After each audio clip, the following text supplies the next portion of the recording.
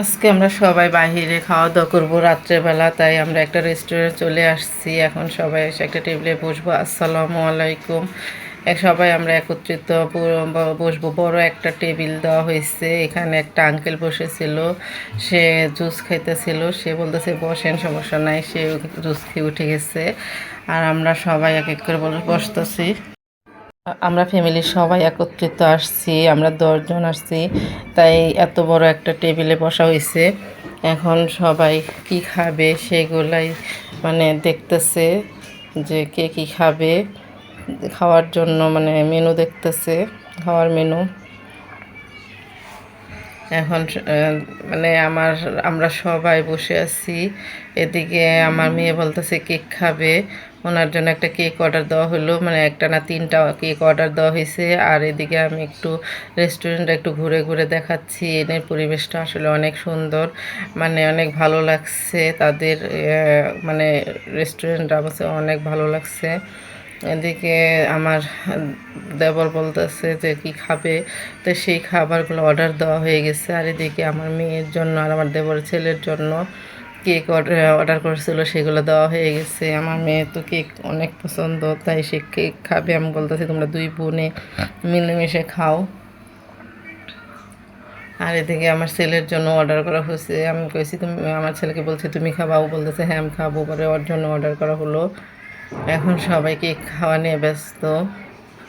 কিছুক্ষণের মধ্যেই খাবার দেওয়া হয়ে যাবে। তো সিকবাতের জন্য কেক নেওয়া হয়েছে। এদিকে আমার ভাসুরের ছেলে ছবি তুলতেছে কেকের। তাই আমি বলতেছি তুমি আর তোমার ভাইয়া মিলেমিশে খাও। তারা দুজনেই খাচ্ছে কেক।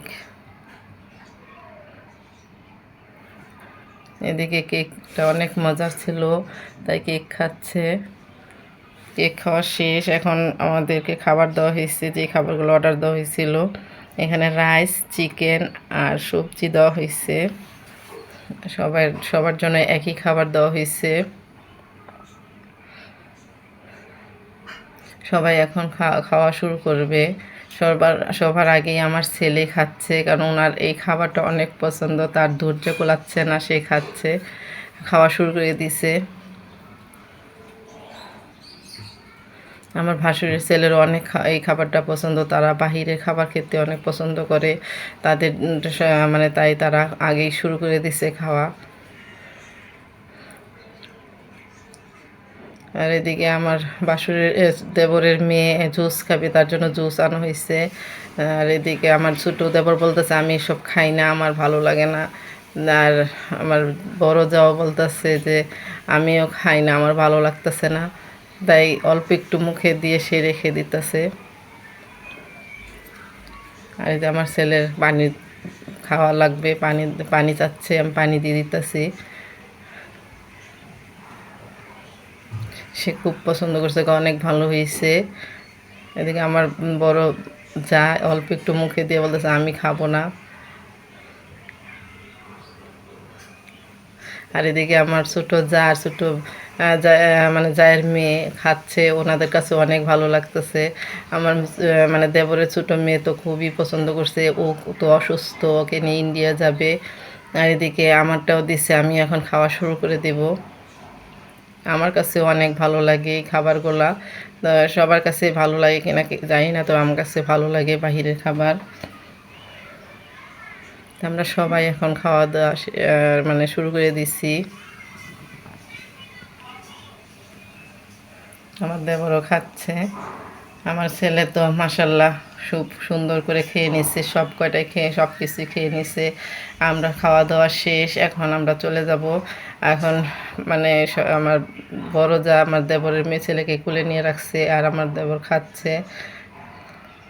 খাওয়া দাওয়া করে সবাই একটু রেস্ট নিতেছে। আর আর আমার বড় যার আর আমার ছোটো দেবরের খাবারটা আমরা পার্সেল করে নিয়ে নিছি।